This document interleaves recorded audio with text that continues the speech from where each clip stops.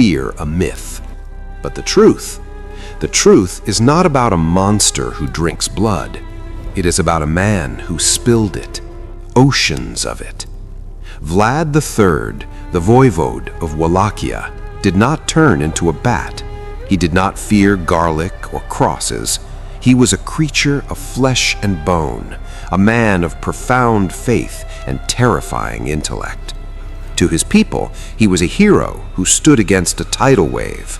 To his enemies, he was Kazakli Bey, the Lord of the Stake. We often hear about his wars. We hear about the men he fought. But history has a habit of looking away from the darkest corners. Today, we are going to look where others look away. We are going to examine the fate of the most vulnerable captives in his war, the women. What Vlad Dracula did to the female captives of the Ottoman Empire was not just cruelty. It was a message written in human misery, designed to break the mind of the greatest superpower on earth. This is the story of how one man turned a forest into a graveyard, and why even the Sultan who conquered Constantinople covered his eyes in horror. To understand the monster, we must look at the boy.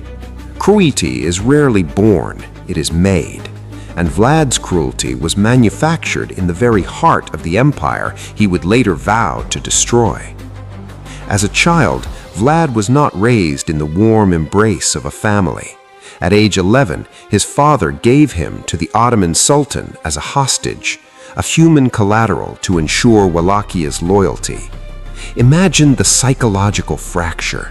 One day you're a prince in your father's court, the next you're a prisoner in a foreign land, surrounded by the people you were taught to hate. For 6 years, Vlad lived in the citadel of Egrigos. He was educated alongside the future Sultan, Mehmed II. But while he learned philosophy and science, he also learned something else. He watched. He watched the Ottomans' efficiency in war. He watched how they disciplined their own troops. He watched how they used terror as a tool of statecraft. The Ottomans were masters of psychological warfare. If a village rebelled, they didn't just defeat it, they made an example of it. Vlad absorbed this lesson like a sponge. He learned that in a world of giants, the small man cannot fight with honor. To survive against a wolf, you cannot be a sheep. You must become a rabid dog. You must be so terrifying, so unpredictable, that even the wolf hesitates to bite you. By the time he was released and returned to Wallachia to take his throne, the boy was gone. In his place was a man whose heart had turned to cold iron. He had no illusions about chivalry. He knew that to secure his crown, he would have to wade through a river of blood. When Vlad took the throne, he didn't find a kingdom, he found a mess. Wallachia was a buffer zone, crushed between the Catholic Kingdom of Hungary and the Islamic Ottoman Empire. It was a land of betrayal. The nobility, the boyars, were corrupt, switching sides whenever the wind changed. Crime was rampant. Poverty was absolute. Vlad's first move was internal. We all know the stories. He invited the corrupt nobles to a banquet. He fed them. He poured them wine. And then he led them to the courtyard. He didn't just remove them, he reset the social order.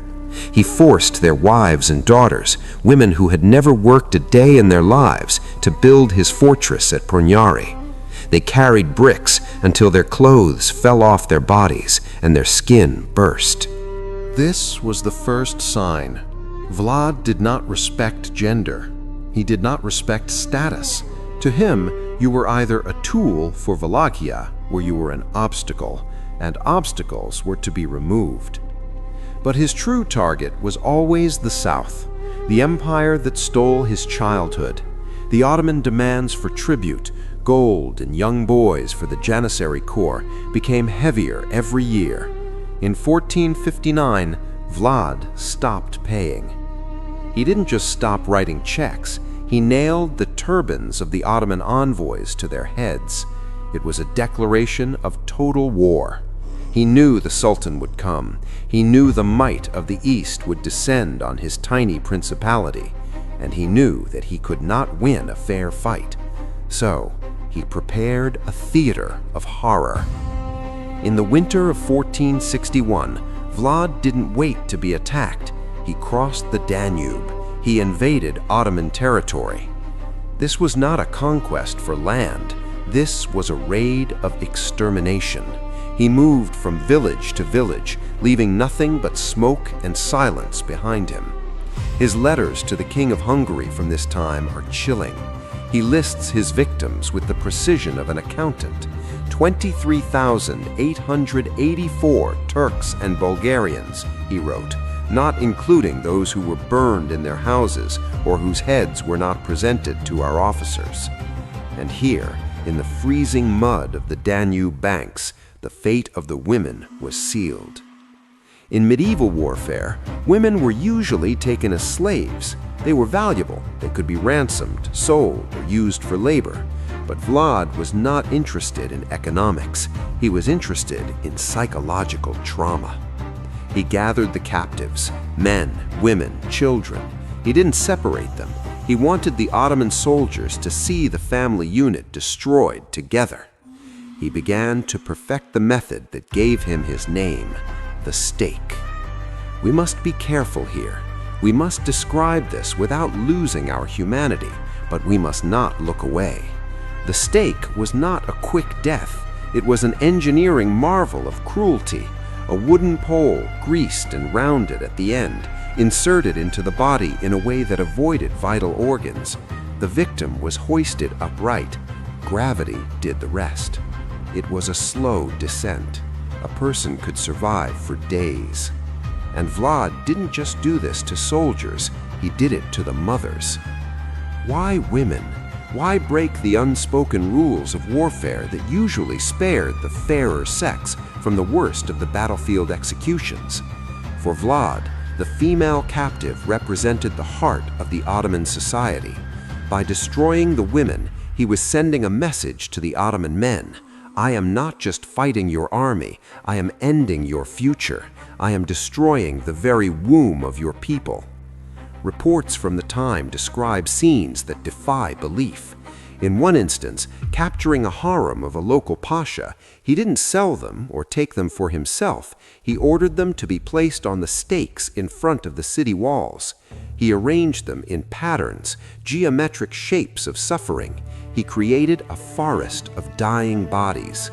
Imagine being an Ottoman scout riding ahead of the main army. You expect to find a battlefield. Instead, you find a silent village where the only movement comes from the wind blowing through the hair of the dead. You see women, their long dresses fluttering, suspended in the air. You see the brutality visited upon them, mothers with their infants sometimes pinned to their chest with the same piece of wood. This was a psychological nuclear bomb. It terrified the Ottomans. They were used to death, they were used to war, but they were not used to this. This was the work of a demon. Spring 1462. Sultan Mehmed II, the conqueror of Constantinople, the man who brought down the Roman Empire, gathers an army. It is a leviathan, 60,000 to 100,000 men, cannons that can shatter city walls, the elite janissaries. They march north to crush the impudent gnat, Vlad Dracula.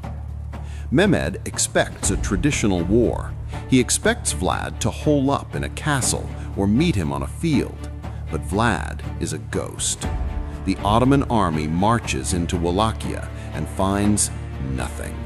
The fields are burned, the wells are poisoned, the livestock is slaughtered. It is a wasteland. The Ottoman soldiers are hungry, they're thirsty, they're being picked off by arrows in the dark. And with every mile they march, the fear grows, because they have heard the rumors. They have heard what happened to the captives. And then they reach the outskirts of Targovishte, Vlad's capital. June 17, 1462. The sun is setting. The heat is oppressive. The Ottoman vanguard pushes through a dense forest expecting to see the walls of the city. Instead, they enter a clearing, and the army stops. Historical sources, Greek, Ottoman, and Italian, all struggle to find words for what Mehmed saw. It became known as the Forest of the Impaled. It was a valley stretching for miles, and it was populated by 20,000 bodies. This was not a chaotic pile of corpses. It was organized. It was hierarchical. High-ranking Ottoman officers were on higher stakes, elevated above the rest, but surrounding them was a sea of civilians, and it is here that the fate of the women shocks the most. Eyewitnesses described entire families elevated on the wood. Women were placed alongside their husbands. The sheer scale of it meant that Vlad had spent weeks preparing this. This wasn't a sudden act of rage. It was an art installation of death. The wind carried the smell. The sound of carrion birds, crows, and vultures darkened the sky. The silence of 20,000 dead people is louder than any cannon. For the Ottoman soldiers, many of whom had wives and daughters back in Anatolia, seeing the female captives displayed this way broke their spirit. It violated the sanctity of the harem, the privacy of the home.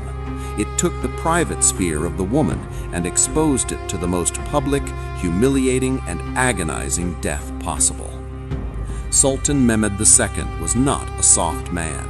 He had walked through the blood of Constantinople. He had ordered the execution of brothers to secure his throne. He was a man of iron. But the chroniclers tell us that when he sat on his horse and looked out over the forest of the impaled, he physically recoiled. He covered his face.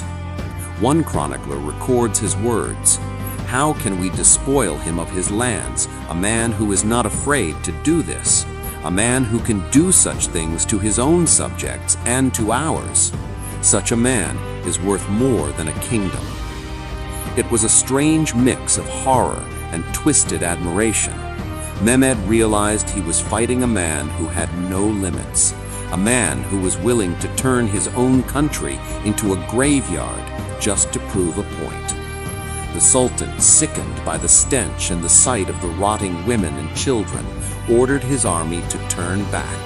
He retreated. Think about that.